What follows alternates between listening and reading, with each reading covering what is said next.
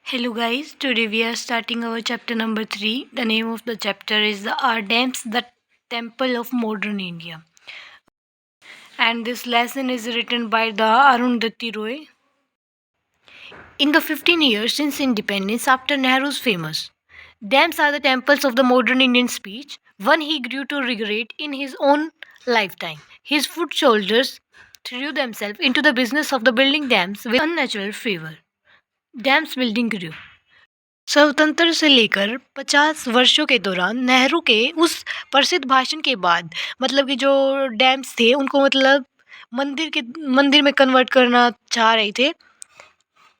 जैसे कि उस टाइम पे बहुत सारे मंदिर्स होते थे, बहुत ज़्यादा मंदिर्स होते थे, उन पर बहुत ज़्यादा पैसे इन्वेस्ट किए गए थे। जैसे मंदिर इम्पोर्टेंट है, इन द सेम वे जो डैम्स हैं, जो बाँध बनाए जाते हैं, वो भी इक्वली इम्पोर्टेंट है। To the accurate with the nation buildings, their enthusiasm alone should have been reason enough to make one species. Not only did they building new dams and new irrigation systems, they took a control of a small tradition system. The village communities had managed for a thousands of years and allowed them to atrophies. यहाँ पर नहीं सिर्फ उन्होंने dams ही नहीं बनाए, मतलब कि जो पानी देने का न्यू इरिगेशन सिस्टम, जैसे हम खेतों में पानी देते हैं अलग अलग तरीके से, कोई स्प्रिंकल सिस्टम यूज़ करता है इन दिस वे, मतलब कि उन्होंने जो ट्रेडिशनल जो पुराने तरीके से उनके गांव में पानी मतलब कि खेतों में पानी दिया जाता था, और बहुत सारी चीज़ें और भी चेंज की जो उनकी गांव की कमेटी थी उसने। To compensate the loss, the government built more and more dams, big ones, little ones, tall ones, short ones. The result, its aggregations, is that India is now boast of being the world's third largest dam builder. जो loss हो रहा था उसको मतलब कि पूरा करने के लिए गवर्नमेंट्स ने ज़्यादा से ज़्यादा बांध बनाने शुरू करे, कोई छोटा कोई बड़ा कोई लंबा कोई मतलब शॉर्ट हाइट का। और इसका रिजल्ट हुआ कि इंडिया जो है वो थर्ड लार्जेस्ट डैम बिल्डर बन गया था, मतलब कि तीसरे नंबर पे भारत सबसे बड़ा जो बांध बनाने वाला है। According to the Central Water Commission, we have 3600 dams they qualify as big dams, 3300 of them built after independence. मतलब कि 3600 बांध ऐसे मतलब क्वालिफाई हुए, और जिसमें से बिग डैम्स हैं वो हैं 3300, और 3300, और इनमें से मतलब जो 3300 है ये मतलब इंडिपेंडेंस के बाद बनाए गए। Some thousands more under was construction, yet 1/5 of our population 200 billion people does not have safe drinking water, and 2/3 600 billions lack of basic sanitation. इतने डैम्स होने के बाद भी जो 200 बिलियन पीपल है उनके पास सेफ वाटर नहीं है, मतलब अच्छा पानी नहीं है पीने के लिए। Big dams started well but they have ended badly. There was a time when everybody loves them. मतलब जो बड़े बांध थे वो मतलब स्टार्ट हुए थे वो तो बहुत अच्छे से, लेकिन जब एंड हुआ मतलब जब ख़त्म हुआ तो वो बहुत बुरे तरीके से ख़त्म हुए। सबसे मतलब पहले लोगों ने बहुत पसंद करते थे, everybody had them, they communist, capitalist, Christians, Muslim, Hindu, and Buddhist. There was a time when big dams moved men to poetry, not any longer. All over the world, there was a movement growing against big dam. In the first world, they are being decommunist. The fact that they do more harm than good is no longer just conjecture. Big dams are obsolete. They are uncool. They are undemocratic.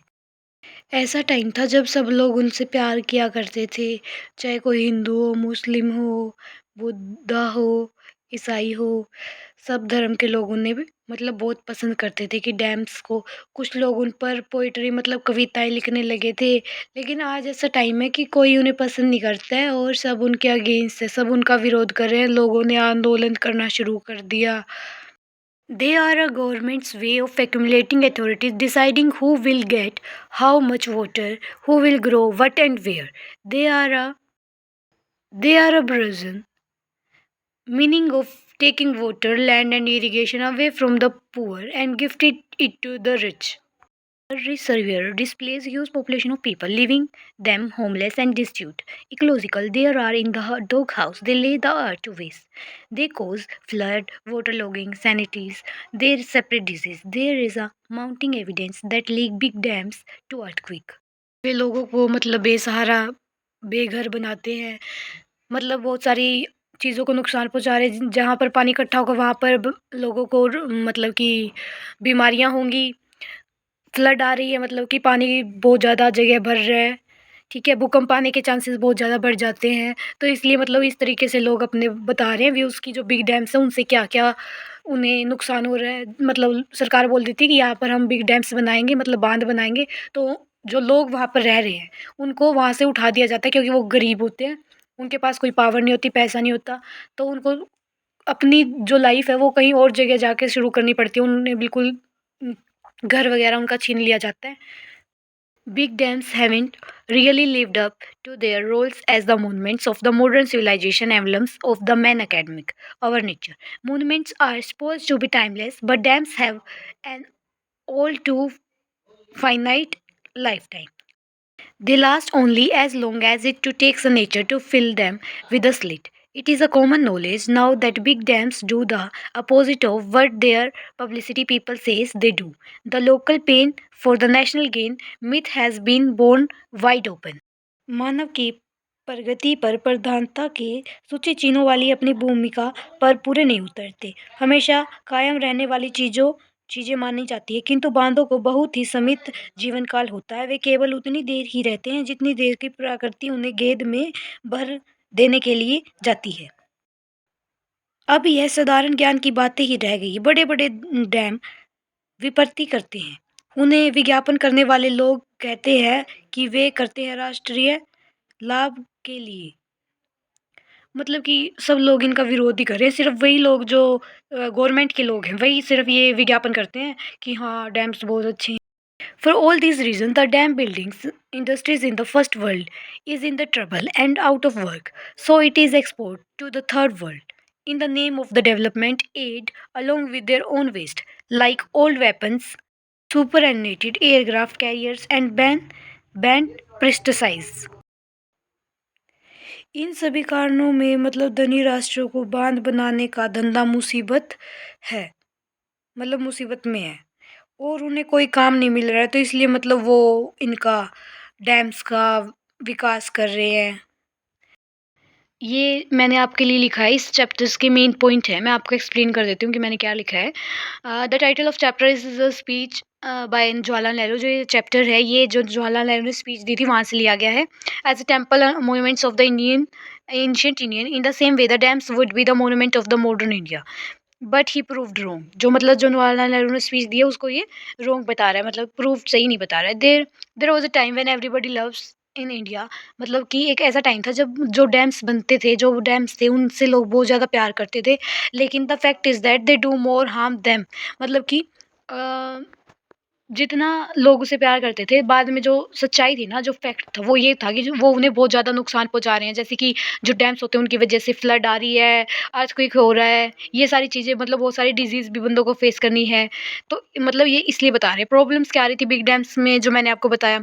जो big dams हैं, उनकी जगह पे मतलब displace कर दिया जाता है लोगों को। अभी जैसे गवर्नमेंट बोल देती है कि हम यहाँ पे डैम कंस्ट्रक्ट करेंगे, जो बंदे वहाँ पे रह रहे हैं, उनको बोलते हैं कि हम आपको कहीं और जगह दे देंगे रहने के लिए। लेकिन एक फिर से अपनी लाइफ़, अपना घर बनाना बंदे के लिए बहुत ज़्यादा मुश्किल होता है। वो बंदा फिर मेहनत करके अपना घर बनाता है। मोर पॉपुलेशन लिविंग देयर, मतलब उन्हें अपना घर छोड़ना पड़ता है। और इसमें प्रॉब्लम्स आ रही थी, मतलब कि उन्हें फ्लड इकोलॉजिकली डैमेज कर रहा था, मतलब कि फ्लड, बाढ़ आ रही थी, स्प्रेडिंग डिजीज़, सैनिनिटी, उन्हें अर्थक्वेक कॉज़ कर रहा था। Thus the writer citizens of narrow statement was providing her points with no more.